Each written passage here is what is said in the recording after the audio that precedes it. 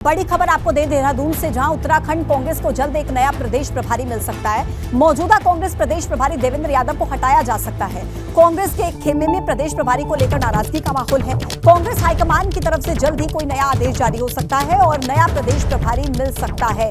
मौजूदा कांग्रेस के प्रदेश प्रभारी हैं देवेंद्र यादव और इन्हें हटाया जा सकता है। इनके अलावा कांग्रेस को नया प्रदेश प्रभारी मिल सकता है। दरअसल कांग्रेस का एक खेमा जो प्रदेश प्रभारी को लेकर फिलहाल नाराज चल रहा है और इन्हीं अटकलों के बीच खबर ये मिल रही है कि कांग्रेस हाईकमान की तरफ से इस पर कोई नया आदेश जल्द ही लिया जा सकता है।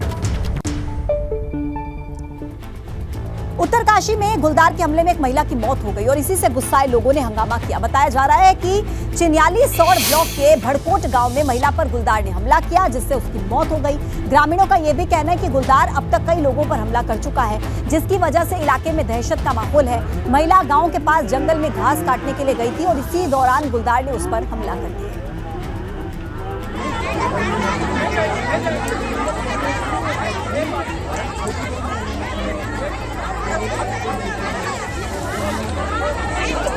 उत्तरकाशी के जंगल में भीषण आग लगने की खबर मिल रही है। सेम मुखेम रेंज के जंगल में आग लग गई। वन विभाग आग बुझाने की कोशिश कर रहा है।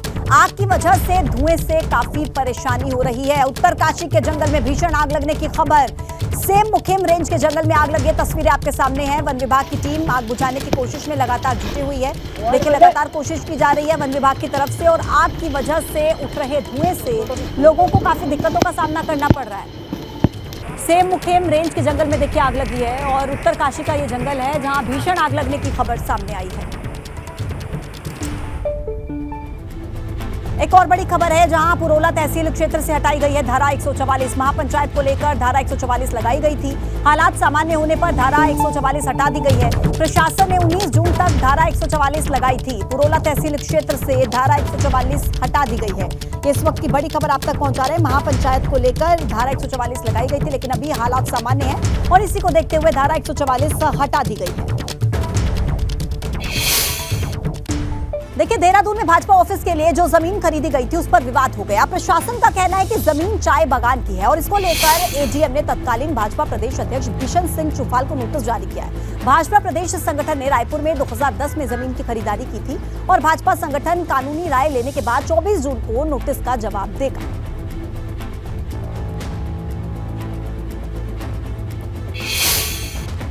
मैं कह दूं कि चाय बागान की जमीन हमारे संज्ञान का विषय नहीं था। जिसकी ज़मीन थी उस सब ने ज़मीन ली है। अब ज़मीन रजिस्ट्री हुई है और रजिस्ट्री में दाखिल खारिज हुई है। जो प्रक्रिया आम नागरिक ज़मीन खरीदने के था हमने उसको पूर्ण किया है। अब कोर्ट ने कोई विषय संज्ञान में लाया तो आखिरकार जिससे खरीदी है कोर्ट उससे पैसा भी तो वापस दिलवाएगा उनको जिन्होंने खरीदी है। तो लंबा विषय है जांच का, उसको कोर्ट में जो उत्तर देना हुआ हम देंगे। तो चलिए अब आपको ये बताते हैं कि आखिर ये पूरा मामला है क्या। 2010 में भाजपा संगठन ने जमीन खरीदी थी। उस समय पर बिशन सिंह चुफाल भाजपा के प्रदेश अध्यक्ष थे।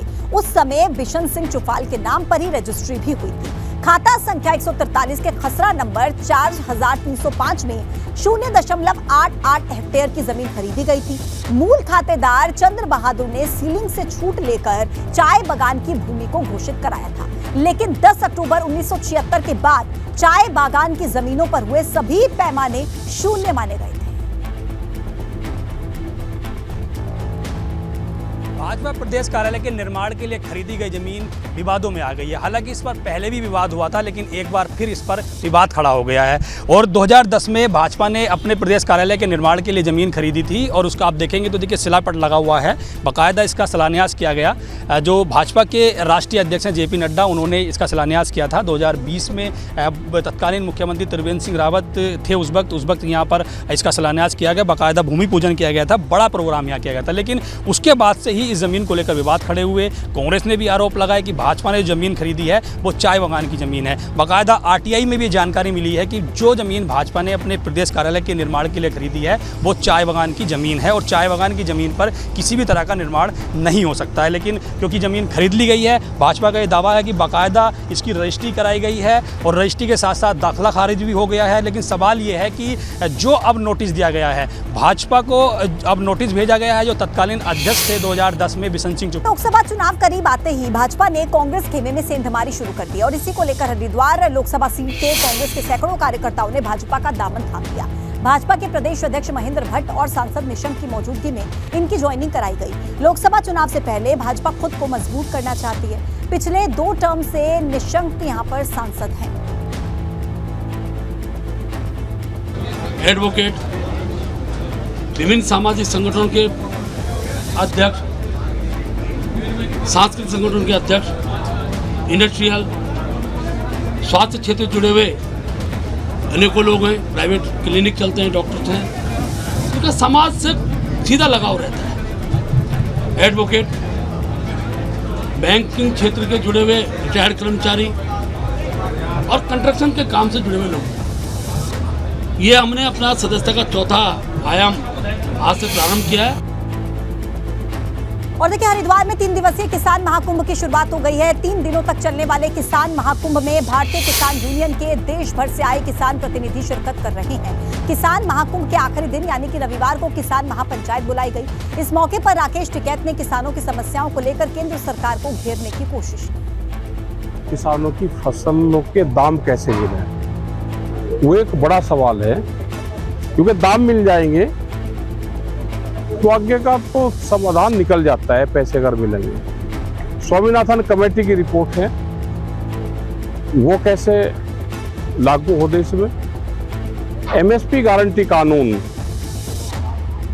वो एक बड़ा सवाल है कि पूरा देश में एमएसपी गारंटी कानून अगर लागू हो जाएगा तो सबको उसका फायदा मिलेगा। एमएसपी पे हर फसलों की खरीद होनी शुरू हो जाए या बाजार उसके नीचे बना जाए, ये भी एक बड़ा सवाल है।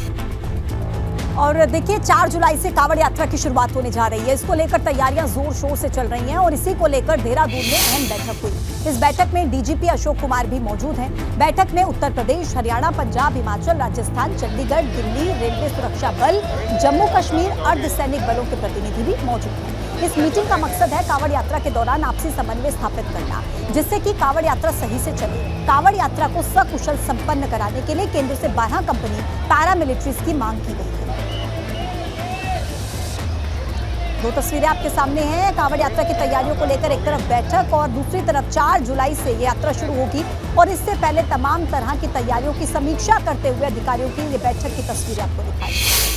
उसी कोऑर्डिनेशन रास्तों कौन से रूट से कैसे होना है, उसके बारे में कब से डाइवर्जन लागू किए जाने हैं, उसके बारे में चर्चा की और बाकी कैसे कांवड़ मेला को शांतिपूर्वक ढंग से कराया जाना है, उसके बारे में चर्चा की। हर कांवड़िया अपने साथ एक आईडी जरूर रखेगा, जिससे कोई घटना दुर्घटना होती है तो उसका पता चल सके कि भाई इनका वो क्या है। और देखिए, कांवड़ यात्रा पर इस बार भी डीजे पर पाबंदी नहीं रहेगी, मगर डीजे नियंत्रित रहेगा। पुलिस का कहना है कि कांवड़िये डीजे बजा सकते हैं, मगर उसकी आवाज नियंत्रण में रहे। इसके अलावा कांवड़ की ऊंचाई को लेकर अहम फैसला लिया गया है। कांवड़ की ऊंचाई 12 फीट से ज्यादा नहीं होगी। कांवड़ियों से यह भी अपील की गई है कि वो नियमों का पालन करें। कांवड़ यात्रा पर पिछली बार 3 करोड़ 80 लाख श्रद्धालु आए थे। प्रशासन को अब उम्मीद है कि इस बार 3 से 4 करोड़ लोगों के आने की संभावना है। राज्यों से अनुरोध किया है कि वो अपने उस पर बता दें कि एक तो सीसीटीवी से चप्पे चप्पे पे नज़र रहेगी। सीसीटीवी जो है यूपी ने भी बढ़ाए हैं नंबर्स में, हमारे यहाँ भी बढ़ गए हैं, तो कोई भी हर आदमी सीसीटीवी की नज़र में रहेगा। किसी की भी हुड़दंग को किसी भी रूप में टॉलरेट नहीं किया जाएगा। जो लोग बेसबॉल बैट और इस तरह की चीज़ें लेकर के चलते हैं वो बिल्कुल अलाउड नहीं होगा। जहाँ तक डीजे की बात है, डीजे प्रतिबंधित नहीं होगा, डीजे प्रतिबंधित नहीं होगा, किंतु डीजे नियंत्रित होगा। ठीक है, ये इतना हमने इसमें तय किया है। एक बात और तय की है कि रेलवे उसको देखते हुए कि कांवड़ की जो हाइट है वो 12 फुट से ज़्यादा नहीं हो, ये भी इस बार जो है तय किया गया। बड़ी खबर आप तक पहुंचा रहे हैं। केदारनाथ आपदा के 10 साल पूरे हो गए हैं। 16 और 17 जून को केदारनाथ में आपदा आई थी, आज से 10 साल पहले। और केदारनाथ दौरे पर पहुंचे मुख्यमंत्री पुष्कर सिंह धामी, सीएम धामी ने केदारनाथ में पूजा अर्चना की और केदारनाथ में हो रहे निर्माण कार्यों का भी जायजा लिया। तस्वीरें आपके सामने हैं। आपदा के 10 साल पूरे हुए हैं। 2013 का वो जून का महीना जब केदारनाथ में भीषण आपदा आई। और देखिए, मुख्यमंत्री पुष्कर सिंह धामी पहुंचे हैं और उन्होंने पूजा अर्चना वहां पर की। केदारनाथ में जो निर्माण कार्य हो रहे हैं उसका जायजा लेते हुए मुख्यमंत्री नजर आए।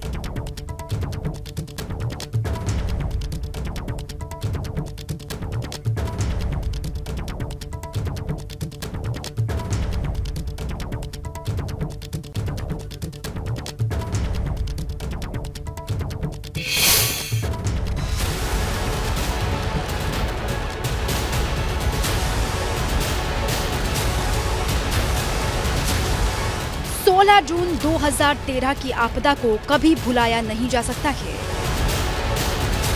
कुदरत का कहर ऐसा बरपा कि हजारों लोगों को जिंदगी भर का जख्म दे गया। केदारनाथ धाम में 16 और 17 जून को आई आपदा के 10 साल पूरे हो गए हैं। सुनने में 10 साल का समय बहुत लंबा लगता है, मगर ऐसे हजारों लोग हैं जो आज तक लापता हैं।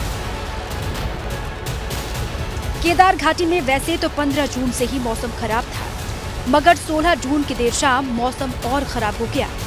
बारिश इस कदर हुई कि केदारनाथ मंदिर के उत्तर पश्चिम छोर पर मंदाकिनी नदी उफान में आ गई।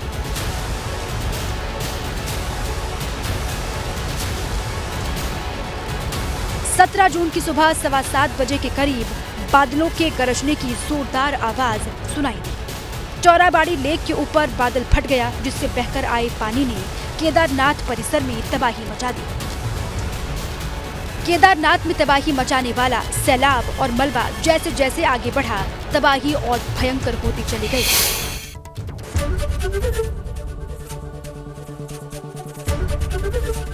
एबीपी गंगा, खबर आपकी, जुबान आपकी।